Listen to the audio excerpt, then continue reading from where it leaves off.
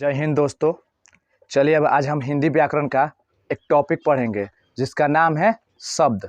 अब देखिए लिखने जा रहे हैं हम यहाँ पर शब्द। अब शब्द को बांटा गया है अलग अलग के आधार पर। देखिए सबसे पहले कौन सा आधार होगा इसका? पहला होगा अर्थ के आधार पर,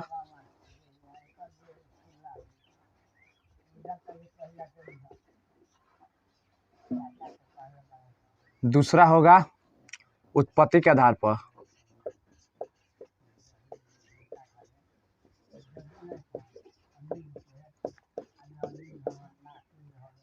तीसरा होगा बनावट के आधार पर,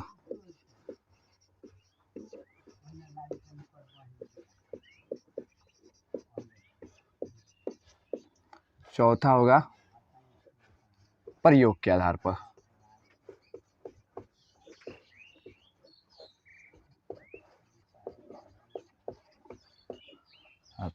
चलिए अब हम लिखेंगे अर्थ के आधार पर कितने हैं। पहला है सार्थक शब्द, दूसरा क्या है? निरर्थक शब्द। ठीक है। अब उत्पत्ति के आधार पर पहला क्या होगा? पहला लिखेंगे हम तत्सम, ठीक है। दूसरा लिखेंगे तद्भव, तीसरा लिखेंगे देशज और चौथा लिखेंगे विदेशज। ठीक है। और बनावट के आधार पर लिखेंगे रूढ़, यौगिक, योग रूढ़। ठीक है। ये पूरे 3 होते हैं और प्रयोग के आधार पर 2 होते हैं। एक होता है विकारी, दूसरा होता है अविकारी।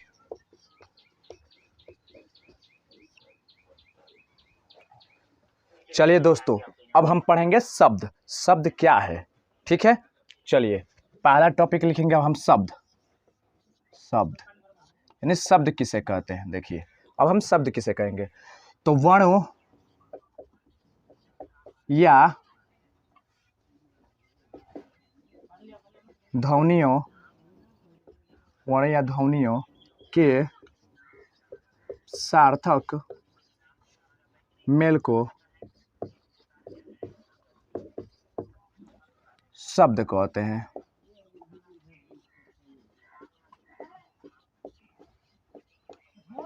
अर्थात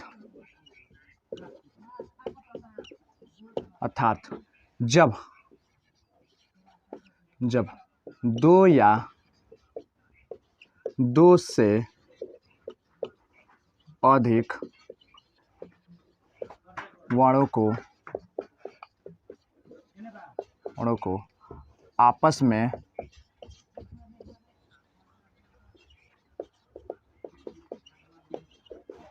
मिलाया जाता है, जिनका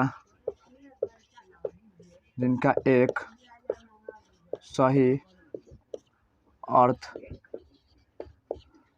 सही अर्थ होता है, उसे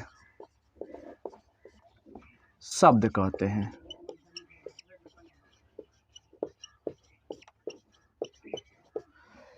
देखिए शब्द कैसे कहेंगे हम इसको। मान लीजिए जैसे मैं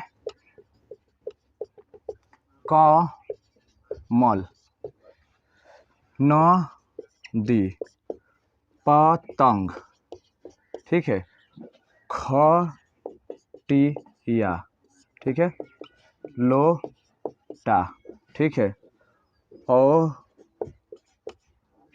औजार इत्यादि। ये सब क्या कहलाते हैं? शब्द। अब देखिए कैसे कहेंगे हम शब्द। अब कैसे हम लोग कह देंगे शब्द, तो इसको जानने के लिए सबसे पहले हम जानेंगे कि कह रहा है कि वर्णों या ध्वनियों के सार्थक मेल को शब्द कहते हैं। ठीक है। अर्थात जब 2 या 2 से अधिक वर्णों को आपस में मिलाया जाता है जिनका एक सही अर्थ होता है, उसे शब्द कहते हैं। जैसे कमल, नदी, पतंग, खटिया, लोटा, औजार इत्यादि। ये सारे के सारे हमारे लिए क्या कहलाएंगे? शब्द कहलाएंगे। कैसे? अब बताइए वर्ण, वर्ण क्या होता है? तो वर्ण उस मूलध्वनि को कहते हैं जिसके खंड या टुकड़े ना किए जा सके, यानी भाषा की सबसे छोटी इकाई को क्या कहते हैं हम लोग? वर्ण कहते हैं। अब देखिए वर्ण, वर्ण हमेशा क्या होते हैं? सिंगल होते हैं। सिंगल, सिंगल समझते हैं? ऐसे एक ले लेंगे हम लोग क्या, जैसे हम लोग ले लेंगे, जैसे हम लोग बात करें, एक ईंट ले लीजिए, ईंट ले लीजिए, कितना ईंट? एक ईंट ले लीजिए, ठीक है, इसको समझिए वर्ण, इसको क्या समझना है? वर्ण। और एक एक दीवार ले लीजिए, दीवार, दीवार, दीवार, दीवार को क्या समझिएगा? शब्द।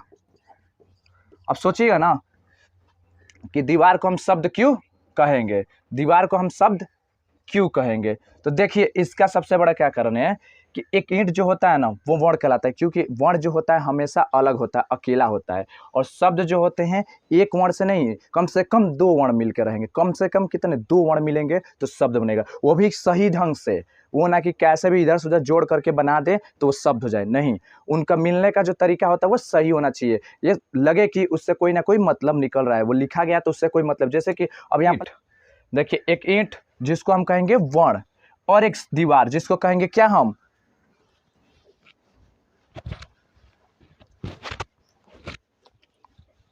देखिए एक ईंट जिसको कहेंगे हम लोग वर्ण, एक दीवार जिसको कहेंगे हम शब्द। कैसे? क्योंकि एक ईंट मिल करके, मान लीजिए एक ईंट ले लीजिए यहाँ पर, ठीक है, एक ईंट हुआ, ठीक है, ये ईंट है और ये आपका क्या हुआ? मान लीजिए बाई चांस ये आपका क्या हो सकता है? दीवार हो गया। क्या हो गया आपका?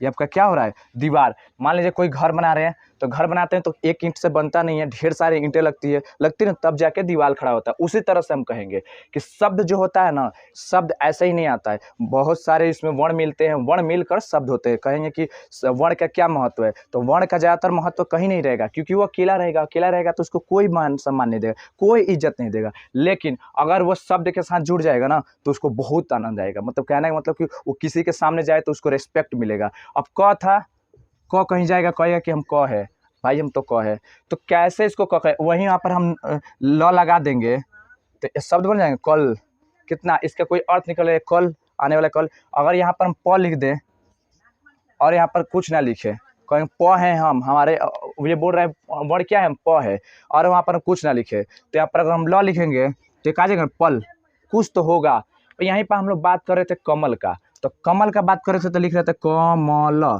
इसका अर्थ लिखा, और वही लिख देते हैं म क ल, मकल। ये कौन सा वर्ण हुआ? ये भी तो शब्द है, मतलब मिल रहे हैं ना, तीन गो शब्द मिल रहा है ना, दो एगो से ज़्यादा हो रहा है ना यहाँ पर, तो एगो से ज़्यादा हो रहा है तो इससे हम शब्द नहीं कहेंगे। ठीक क्यों नहीं? इसका शब्द होगा पर वैसा शब्द नहीं होगा। कौन सा शब्द? ये होगा निरर्थक शब्द। क्यों? क्योंकि इस शब्द से हमको कोई मतलब नहीं मिल रहा है, कुछ अर्थ नहीं पता चल रहा है कि क्या लिखा गया है। मकल, मकल से क्या पता चल? वही कमल लिखा है तो उससे कुछ पता चल रहा है हम लोग को। तो वही है कि अगर एक ईंट रहेगा, अगर एक ईंट रहेगा तो उसको हम समझेंगे वर्ण। अगर एक एक ईंट मिल करके दीवार बन जाते हैं तो उसको कहेंगे हम शब्द। क्योंकि एक ईंट जब रखते हैं ना तभी एक एक ईंट बनकर दीवार। अब वैसा ही ईंट नहीं कि किसी ईंट को लाइए लगातार साजते चल जाइए, नहीं, वो अभी बनता है, उसका भी सही ढंग रहता है। उसी तरह वर्ण है, तो शब्द बनाना चाहते तो किसी भी वर्ण को लाकर कहीं भी नहीं रख सकते। उसको रखने के लिए हमको क्या करना पड़ेगा? लाइन बाई लाइन बैठाना पड़ेगा, एक एक करके क्या करना पड़ेगा? बैठाना पड़ेगा। क्योंकि हम अगर यहाँ पर एक ईंट लाए, इस तरह बैठा दिए, एक ईंट लाए, इस तरह बैठा दिए, एक ईंट लाए, इस तरह बैठा दिए, ईंट दूसरा लाए, इस तरह बैठा दिए, एक ईंट इस तरह लाए, इस तरह लाए, इस तरह बैठा, क्या ये ईंटा सही ढंग से ज़्यादा दिन तक रुकेगा? नहीं। क्यों? क्योंकि यह एक लाइन से सजा, वही ईंट को हम इस तरह लगाएं, इस तरह लगाएं, इस तरह लगाएं और इस तरह लगाएं, और उस ईंट को यहाँ से इस तरह बढ़ाना शुरू कर दे। क्या करे? इस तरह से, यानी एक को एक को बांधे, बांधना समझते हो ना, एक के ऊपर एक बांधे, यानी उसी तरह से अर्थ निकल रहा है। तो वर्ण भी वैसे होते हैं जिनको अगर हम सही ढंग से और सही तरीका से लिखे शब्दों के लिए तो बहुत जरूरी है। कहीं कहीं वर्ण तो बहुत है, ठीक है, 44 गो वर्ण है, तो उनमें से शब्द को हम लिखेंगे कहाँ कहाँ पर? ठीक है, तो पहला जो शब्द हम लिखते हैं, मान लीजिए शब्द लिखना चाहते हैं, ये शब्द ही लिखा गया है, तो क्या शब्द अकेला बना है? स ब द, तीन शब्द आए हैं कि नहीं? भले आधा ब आया, द आया, पूरा है, लेकिन तीन शब्द मिलकर शब्द भी बन रहा है ना। तो वैसा ही कोई भी अगर हम अक्षर लिखेंगे, कोई भी चीज़ लिखेंगे तो उसमें दो या दो से अधिक तो वर्ण होंगे, वो भी सही तरीका से रहना चाहिए, उसमें कोई अलग नहीं रहना चाहिए। ठीक है, तो सबका सही अपना अपना ढंग रहना चाहिए, तो यही होता है शब्द। ठीक है।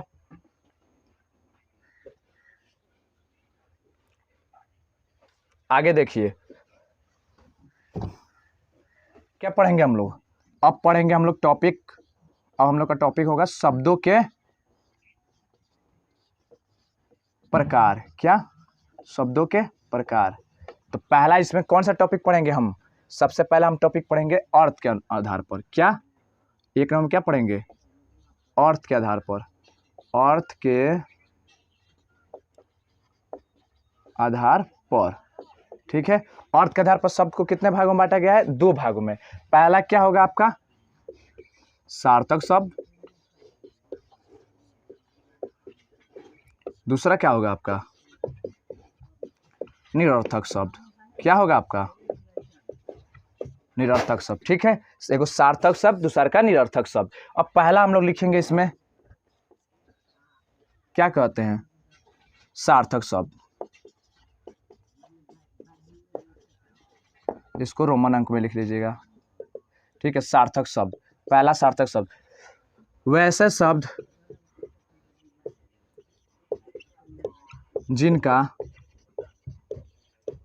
जिनका सही अर्थ मिले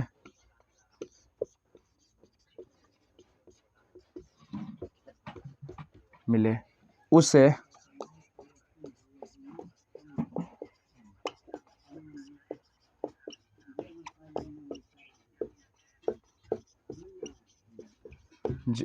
वैसा शब्द जिनका सही अर्थ मिले उसे सार्थक शब्द कहते हैं। जैसे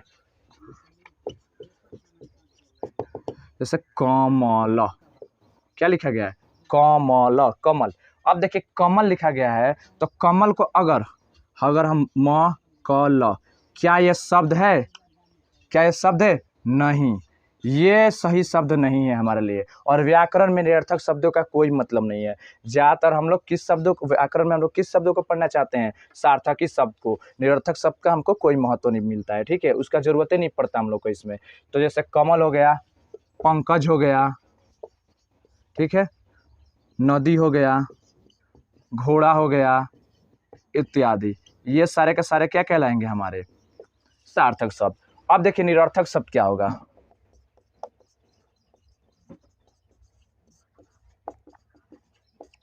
देखिए निरर्थक शब्द क्या होगा। देखिए निरर्थक शब्द क्या होगा? वैसे शब्द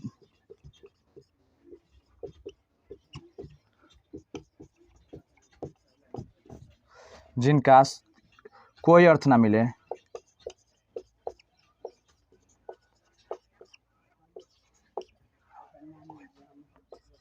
ना हो, उसे निरर्थक शब्द कहते हैं।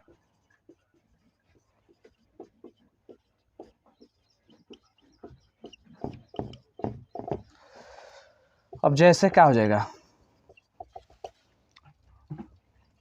डाघो, ल म क लमक, और भी होंगे ढेर सारे। देखिए बताते हैं आप लोगों को, और भी होंगे।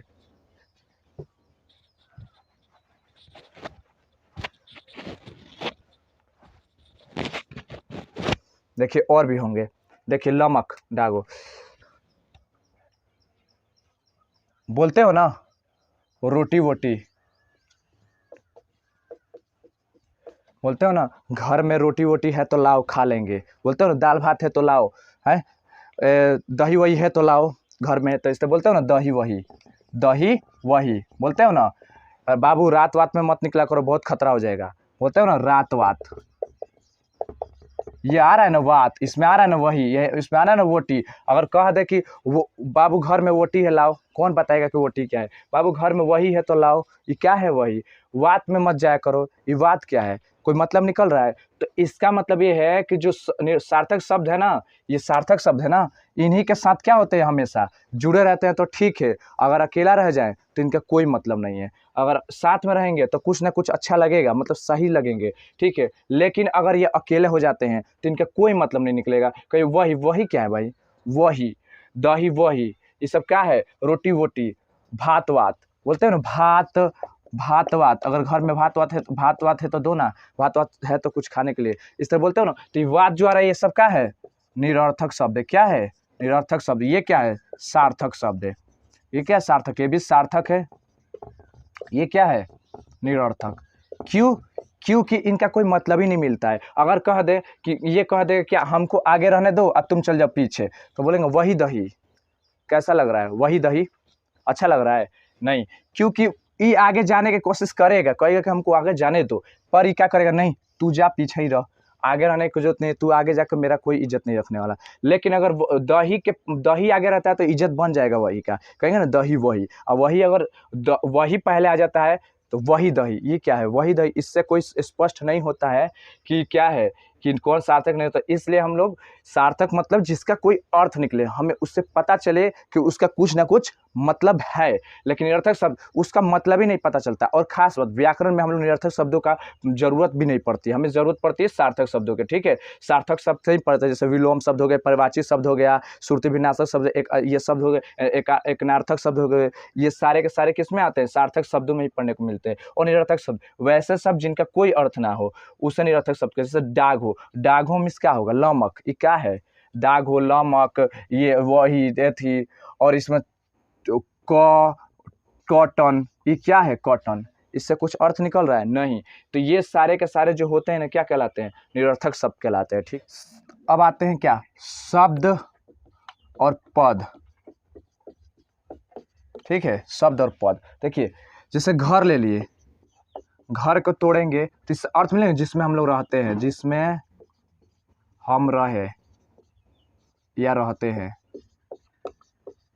उसी को घर कहते हैं ना हम लोग। ठीक है, लेकिन पद क्या कहलाएगा, इसमें यही सारे पद कहने लगेंगे। ठीक है, इसमें यही सारे क्या कहलाएंगे, कोई क्रियापद, कोई विशेषण, कर्म पद, कोई क्रिया विशेषण, ये सारे के सारे क्या कहलाएंगे, पद कहने लगेंगे। ठीक है, तो इसके बारे में हम लोग ज़्यादातर जानेंगे आगे, अगर आगे हम पढ़ाई करेंगे तो। ठीक है, चलिए।